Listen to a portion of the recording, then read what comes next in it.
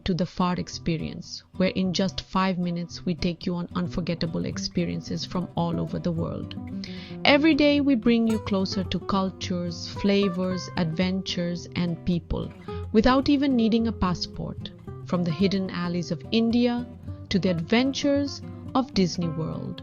The world is full of experiences, and we're here to tell them, fast, fun, and full of wonder. Hit that subscribe button, turn on notifications, and buckle up, because the FAR Experience starts now. I will never look at Delhi the same way after visiting Purana Qila. Today, we step into a labyrinth of time walled in by red sandstone and memory. This is Purana Qila Delhi's ancient old fort, where layers of history stand visibly intertwined under the open sky. Believe it or not, this place draws its roots from myth, legend, and empire building much before Mughal flags flew here. Our journey begins before we cross the mighty gates. Let's pause and picture how this place sits on perhaps the oldest continuous settlement in Delhi. Some scholars link Purana Qila to the legendary Indraprastha city of the Mahabharata, more than 2,500 years ago. Imagine a fort of stone and earth thriving over the ages, eventually rebuilt by Sher and Humayun, then touched by archaeological hands uncovering relics of Maurya Gupta Kushana eras beneath your boots. We enter through Bada Darwaza, the grand gateway, constructed in strong Mughal form, yet echoing Afghan stonework. Notice the massive arched entrance framed by octagonal towers, ancient guard chambers, and leftover graffiti from British soldiers in the 19th century. Read their names etched in time. It reminds us the way conquerors and caretakers both left their marks here. Step into the first courtyard. It is a sprawling open area where traders, priests, soldiers, and emperors once met. They gathered here during coronations, royal processions, and sometimes as a staging area for war students reciting sacred verses, merchants selling spices, pilgrims, and artisans all walked these stones centuries ago. Our first stop within is Kuhna Mosque, built by Sher in 1541 AD, a masterpiece of architectural simplicity, with delicate marriage of red sandstone and white marble, and 3 grand domes lined with inscriptions from the Quran.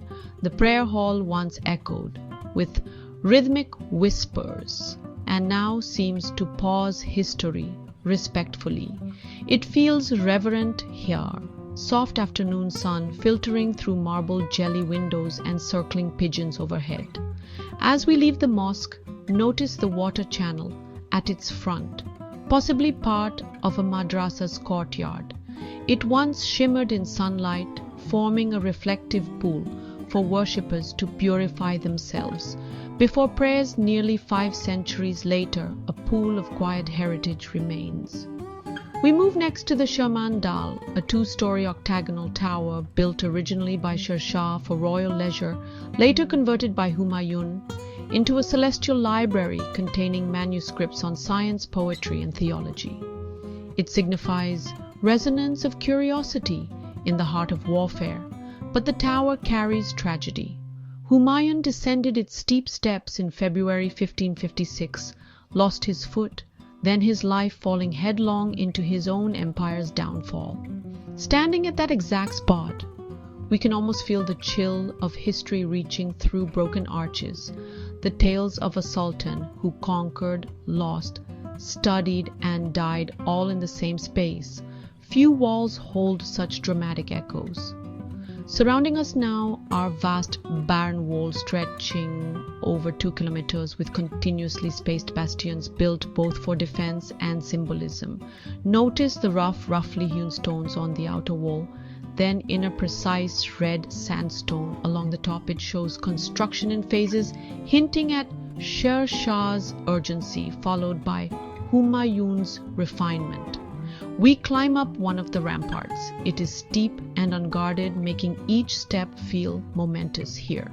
Vantage was everything, whether to command archers or watch cavalry charge below.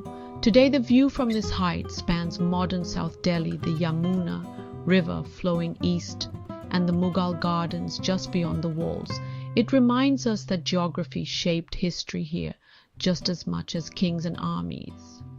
Back on ground level, we walk to the ancient stepwell known as the Baoli, shaved into the earth, its stone steps descending deep into the earth like a spiral towards history. Its cool, damp air beneath the sunlit open tank feels sacred.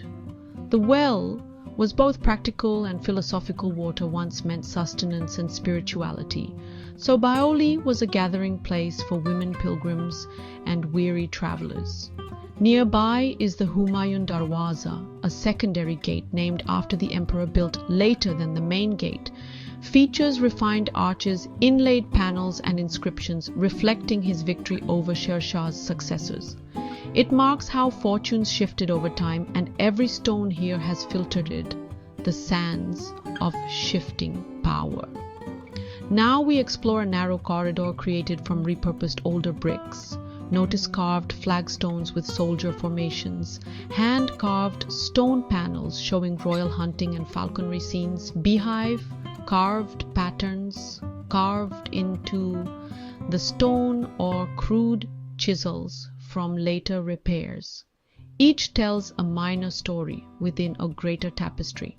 Let's stop in the lush interior garden space within the walls, where modern picnic mats now spread out on the grass.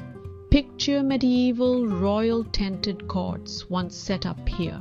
Think Persian rugs, feasts, musicians, dancers, astrologers lighting incense, scented air here, then leaving behind stone clearing where children chased pigeons and arched galleries.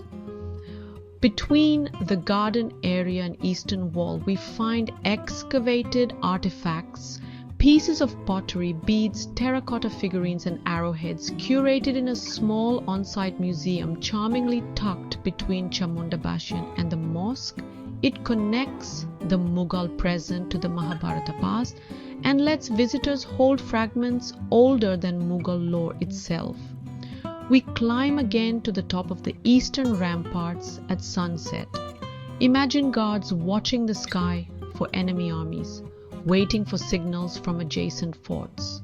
Distant watchtowers linked by fire and flags seem distant in daylight, but here at dusk your imagination paints them alive.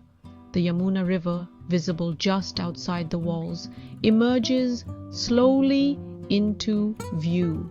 The gentle curves come and go, reminding us why forts were built with water on one side. For sustenance and defense, history needed geology as much as kings.